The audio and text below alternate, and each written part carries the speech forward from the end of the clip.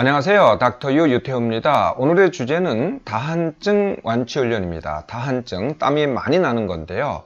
아주 불편하거나 아니면은 외모, 일상, 일 또는 공부, 그리고 관계에 있어서 지장을 초래할 정도의 땀을 배출한다. 이게 이제 다한증이죠.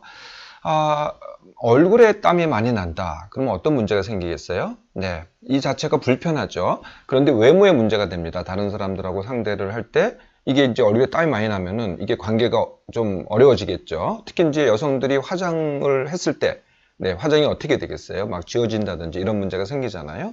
네, 이게 이제 외모와 관계에 이제 지장을 주는 거고요. 겨드랑이의 땀. 네, 이것도 이제 여성들한테 주로 문제가 됩니다. 이게 이제 옷을 벗을 때 겨드랑이에 땀이 난 걸 갖다 보여준다는 게 여성들한테는 굉장히 큰 수치잖아요. 네, 역시 외모에 문제가 되는 거죠. 손의 땀. 네, 이거는 이제 어떤 때 문제가 되냐면 악수를 한다든지 아니면은 내가 시험을 봐야 되는데 손에서 땀이 뚝뚝 떨어져요. 그러면은 네, 시험지가 적거나 아니면 답안지가 적겠죠. 이것도 문제가 되고요. 악기를 가지고 내가 연주를 한다. 이럴 때 손에 땀이 많으면은 이것도 문제가 되겠죠. 전신에 땀이 많이 난다. 네, 이러면 이제 옷이 흠뻑 젖지 않겠어요? 네, 그걸 자꾸 그 자체도 이제 불편함이지만은 또 갈아입어야 되는 불편함. 네, 이런 것들이 이제 전부 다한증의 이제 힘듦 또는 장애가 되겠습니다. 다한증과 동반되는 증세들이 몇 개가 있어요. 그게 이제 첫 번째가 냄새죠. 네, 그러니까 이제 이 겨드랑이에서 냄새가 나면 액취증, 발에서 냄새가 나면 발냄새, 그냥 우리가 땀 냄새라고 하기도 하고요. 이렇게 냄새가 하나가 있고요. 또 하나는 이 동반하는 게 손발 냉증, 그러니까 수족 냉증이라 그러죠. 손발 차가움, 이것도 동반하는 경우가 있어요. 그런데 여기서는 이거 냄새라든지 또는 수족 냉증은 따로 이 해결을 하셔야 돼요. 사실 방법이 좀 다르거든요. 네, 크게 봐서 원인은 같지만 그래도 따로 보셔야 됩니다. 방법이 다르기 때문에. 그래서 요거는 제가 이미 그 수족냉증에 대해서는 완치훈련 말씀드린 적이 있고요. 냄새, 몸 냄새에 대해서도 제가 글로는 다뤘는데 혹시 나중 기회에 다시 한번 이거는 강의를 해드리도록 할게요. 해결책이 좀 다릅니다. 다한증을 증세로 갖고 있는 병도 있어요. 대표적인 병이 갑상선 기능 항진증, 네, 또는 또 폐경기 증상 때도 땀이 막 많이 나오잖아요. 네, 이럴 때가 이제 증세가 되는데 이럴 때는 사실은 다한증만 증상이 아니고 다른 많은 또 증상들이 있잖아요. 그래서 이런 경우는 이제 원인병을 고치면은 다한증도 같이 고쳐지는 거죠. 네, 오늘의 강의는 다한증 그 자체입니다. 다한증, 땀을 많이 내는 거니까 당연히 뭐가 문제겠어요? 네, 만약에 이제 땀샘이 문제가 되겠죠. 네, 땀샘이 많다거나 땀샘이에서 땀을 갖다 많이 배출한다거나 이런 문제이겠죠. 땀샘에다가 명령을 하는 게 있어요. 땀을 많이 배출하라고.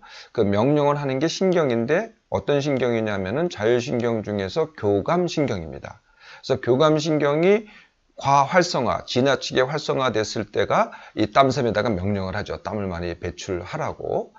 네, 그래서 그간의 치료를 보면은요, 이 땀샘하고 교감신경에 맞춰져 있어요. 네, 그래서 제일 흔히 쓰는 치료가 뭐냐면은 바르는 약입니다. 네, 이제 손바닥에 바르든지 얼굴에 바르든지 하는데요.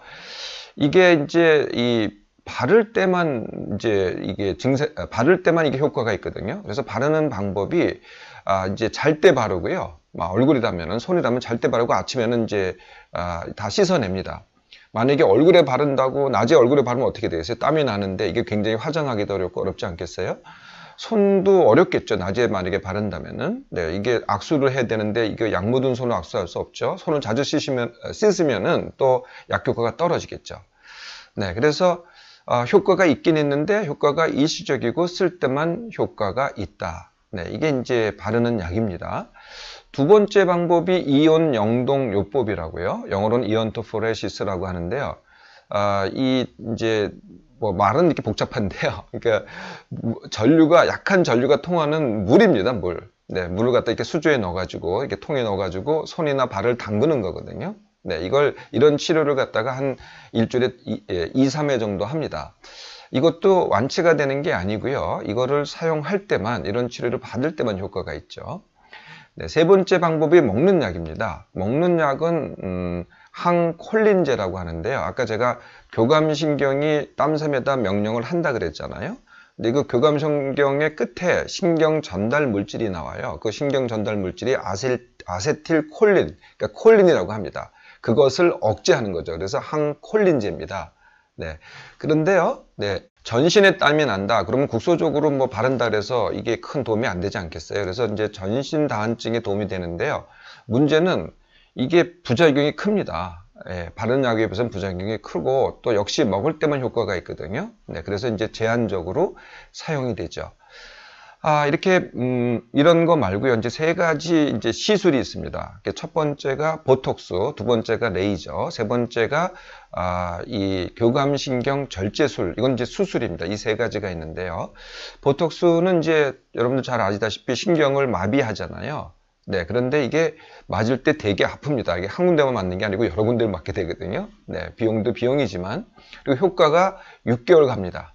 네, 그러니까 또 길게 가는 사람도 짧게 가는 사람도 있지만 보통 6개월마다 또 다시 맞아야 되는 거죠. 그러니까 완치가 안 됩니다.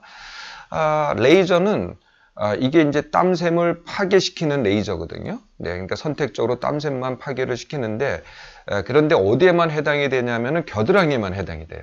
네, 딴 데는 해당이 안 됩니다. 손이나 얼굴이나 이런 데는 해당이 안 되고 오로지 겨드랑이에서 땀이 많이 날 때 여성들한테는 해당이 될 수가 있겠죠. 근데 이것도 이게 듣는 사람이 있고 안 듣는 사람이 있어요. 100%는 아니고요. 이것도 역시 재발을 할 수가 있습니다. 이제 마지막이 그 교감신경 절제술이라는 건데 이건 정말 수술입니다. 그래서 이제 교감신경이 이제 목 뒤 척추 부위에서 이렇게 나오거든요. 근데 그게 이제 이렇게 이 흉곽을 통해서 겨드랑이를 통해서 이렇게 팔로 갑니다. 이렇게 이제 이어지는데 그 나오는 그 부위에서 흉곽경, 네, 그러니까 내시경 갖다 거기다 넣어요. 양쪽에다 넣어가지고 그 교감신경 갖다 이렇게 자르는 거죠. 네. 그래서 이렇게 이제 시술을 해서 효과가 좋은데요. 이것도 재발하기가 쉽습니다. 재발하는 경우가 상당히 있습니다. 수술도 수술이지만은요. 이게 당일 수술이긴 해요. 당일 입원해서 당일 퇴원을 하지만 이게 전신 마취를 해야 됩니다. 이게 내시경이 흉곽에 들어가야 되니까. 자, 이런 치료에 다른 또 부작용이 하나가 있어요. 아까 말씀드린 그런 부작용 말고 일시적인 효과가 있다는 그거 말고도 또 부작용이 있는데 그게 뭐냐면은 반동 다한증이라는 겁니다. 반동이라는 말을 제가 고혈압 완치를 해서 썼던 적이 있었는데요. 그러니까 이제 고혈압을 예로 든다면은 고혈압을 이제 원래 혈압이 이 정도로 높았어요. 그러면 이제 약을 먹으면 이렇게 내려갈 거 아니에요? 근데 약을 끊으면은 이제 다시 올라가잖아요. 다시 올라가는데 원래의 고혈압으로 올라가는 게 아니라 더 올라갑니다. 이걸 갖다가 반동이 있다 그러죠. 반동 고혈압을 하거든요. 네. 이 똑같은 비슷한 원리인데요. 내가 손에 땀이 나는 걸 어떤 식으로든 내가 막았어요. 그런데 다른 데에서 땀이 나는 거예요. 몸의 다른 부분에서. 네. 겨드랑이에서 땀이 나는 걸 막았더니 뭐 손에서 땀이 더 난다든지 또는 뭐 얼굴에서 땀이 더 난다든지 이런 식이 돼버리는 거예요. 그러니까 반동 다한증이죠. 이렇게 되는 이유가요. 이게 이제 중요한 이유가 있는데 그게 뭐냐면은 땀이 나게 하는 게 여기 있는 국소적인 땀샘만이 문제가 아니고요. 또 이 땀샘에다가 명령하는 교감신경만이 문제가 아니라 가장 큰 문제가 뇌에 있다는 거죠. 뇌에서 명령을 한다는 거거든요. 네. 요 뇌에 생기는 것을 회로라고 합니다. 그러니까 다한증 경우에는 다한증 회로가 되겠죠. 뇌 회로에 대해서는 제가 여러 번 말씀드린 적이 있어요. 이 뇌 회로가 가장 알고 보면은 가장 근본적인 원인이 되는 거죠. 이 뇌의 그 다한증 회로는요, 이게 한 번에 생기거나 저절로 생기는 게 아니에요. 이게 한 번 내가 어떤 좀 상처가 되는 마음의 상처가 되는 그런 경험을 했어요. 누구랑 악수를 했는데 그 사람이 너 손에 왜 이렇게 땀이 많어? 라고 지적을 한 겁니다. 그럼 굉장히 무안해지겠죠. 다음에 또 악수를 할 때 그때 그 생각이 나요. 이건 나 손에 또 땀이 나면 어떡하지? 라고 내가 불안해해요. 예, 그러면은 또 그 사람을 만날 때 또 그렇게 됩니다. 그 사람이 아니더라도 다른 사람 만나고 악수할 때도 그 광경이 생각이 나서 땀이 더 나죠. 네. 이 땀만 더 나는 게 아니라요. 내 마음이 불안해지죠. 그리고 뭐 전신에 땀이 나기도 하고요. 얼굴이 또 붉어지기도 하고 이런 내 몸의 반응을 일으킵니다. 단지 국소적인 문제가 아니죠. 이 뇌에서 기억을 하고 이 뇌에서 다시 명령을 해서 어떻게 보면은 국소적인 이 교감신경에 갖다 명령을 내리기도 하고 아니면은 전신의 교감신경에 명령을 내리기도 하는 거죠. 네. 그래서 이것은요, 뇌 다한증 회로는 학습된 것입니다. 학습된 것입니다. 자, 이게 이제 가장 큰 이유고요. 그 외의 원인은 제가 모든 병의 원인이라고 하는 거 바로 그 원인들입니다. 첫 번째, 힘들고 지나치면은, 즉 스트레스 받으면은 더 그래요. 두 번째, 예민한 사람들이 더 그렇고요. 세 번째, 잠을 잘 못 자거나 불면인 경우에도 그렇고요. 생각 과다인 경우 그렇고요. 운동 안 하는 경우, 네, 특히 숨찬 운동입니다. 그리고 이제 중요한 포인트 하나가 있는데요. 비만이면은 더 그렇습니다. 자, 이제 원인을 아셨죠? 네, 완치훈련도 그렇게 원인을 아니까. 네, 근데 원인에 대한 치료는 아까 약이나 시술이나 주사가 아니라는 건 여러분도 아시죠? 네, 다 원인은 지금 약, 주사, 시술을 해결할 수 없잖아요. 네, 다 훈련으로만 가능합니다. 자, 완치훈련 역시 원인을 해결하는 훈련이죠. 다시 기본 훈련은 내 몸만 회복 훈련. 네, 같은 시간에 일어나기, 같은 시간에 밥 먹기, 그리고 10% 기력 남기기. 하루에 내가 뭐 일상을 하거나, 뭐 일을 하거나, 공부를 하거나, 아니면은 놀거나, 모임을 하거나, 이 모든 걸 합쳐서 10% 기력 남기기.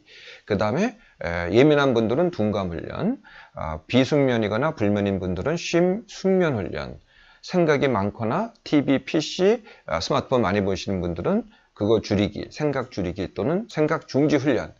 네, 여기까지 되시면은 이제 한 1, 2주 하시면은 기력이 생겨요. 기력이 남거든요. 그러면 이제 그 다음 완치 훈련 할 준비가 된 거죠. 그 다음 완치 훈련은 당연히 다한증 회로 깨기입니다.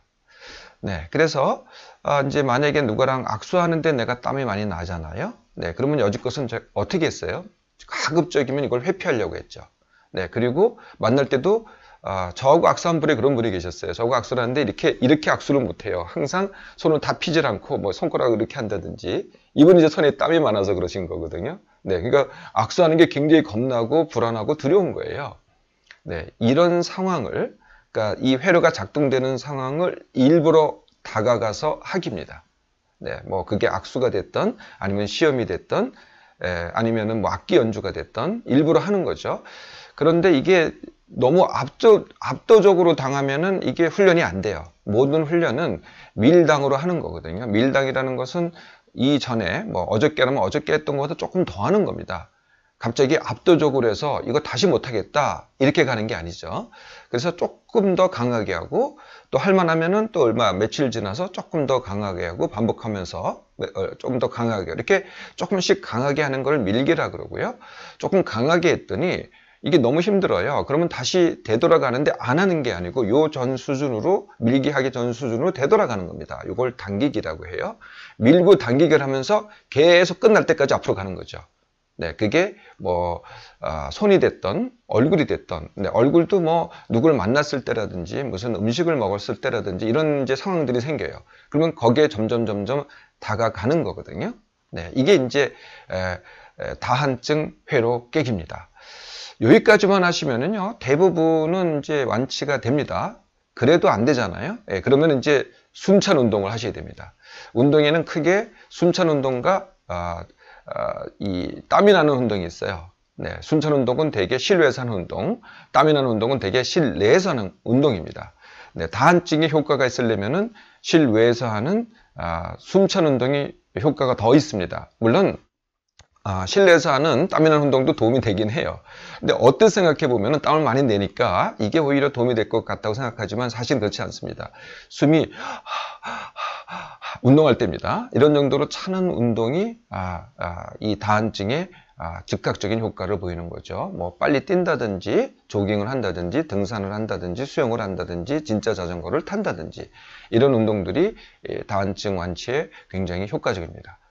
그럼에도 불구하고 아직도 땀을 많이 흘리신다. 그러면 이제 마지막을 하셔야 돼요. 그게 감량입니다. 네. 이 다한증 완치를 위한 감량은요, 단 5kg만 해도 차이가 나요. 5kg만 해도. 네, 5kg 감량하고 담지게 하는 법은 제가 말씀드렸죠. 네. 닥터위의 1주 1kg입니다. 네, 잘 하시는 분은 1개월이면은 5kg를 감량합니다. 네, 어렵지 않게 이것도 한번 참고하셔서 잘 안 되시는 분들은 해보세요. 자, 완치 훈련. 제가 늘 말씀드리는 그 완치 훈련입니다. 이 완치 훈련은요, 뭐 이렇게 하시긴 어렵죠. 네, 약 시술 주사는 이제 나는 가만히 있고 그냥 받기만 하면 되잖아요. 또 효과도 즉각적이잖아요. 근데 이게 안 끝나거나 안 끝납니다. 먹을 때나 뭐 맞을 때나 효과가 있지 안 끝나죠. 두 번째는 재발을 잘해요. 세 번째는 반동 다한증이 생겨요. 반면에 훈련은 한 번 하기가 어렵지 딱 한 번만 하면 됩니다. 네, 보통 빠른 사람은 2주, 늦어도 한 3개월이면 완치할 수 있거든요. 그리고 당연히 보너스가 있죠. 네, 이 원인이 사실은 모든 병의 원인이잖아요. 네, 다한증 완치만 해줘도 대부분의 다른 병들도 거의 완치에 가깝게 됩니다. 네, 하나로 일석 몇 조라고 해야 돼요? 3조, 4조, 5조 이렇게 됩니다. 자, 그동안 다한증 때문에 고생 많으셨죠? 네, 정말 짜증도 나고 여름 다가오니까 더 걱정도 되시죠? 네, 그동안은 약 시술 주사를 이용했다고 하신다면요. 아직 시간적인 여유가 좀 있으시니 지금 이제 5월이니 마음 잡고 한번 완치 훈련 해보세요. 딱 조금 힘들더라도 한 번이면 끝납니다.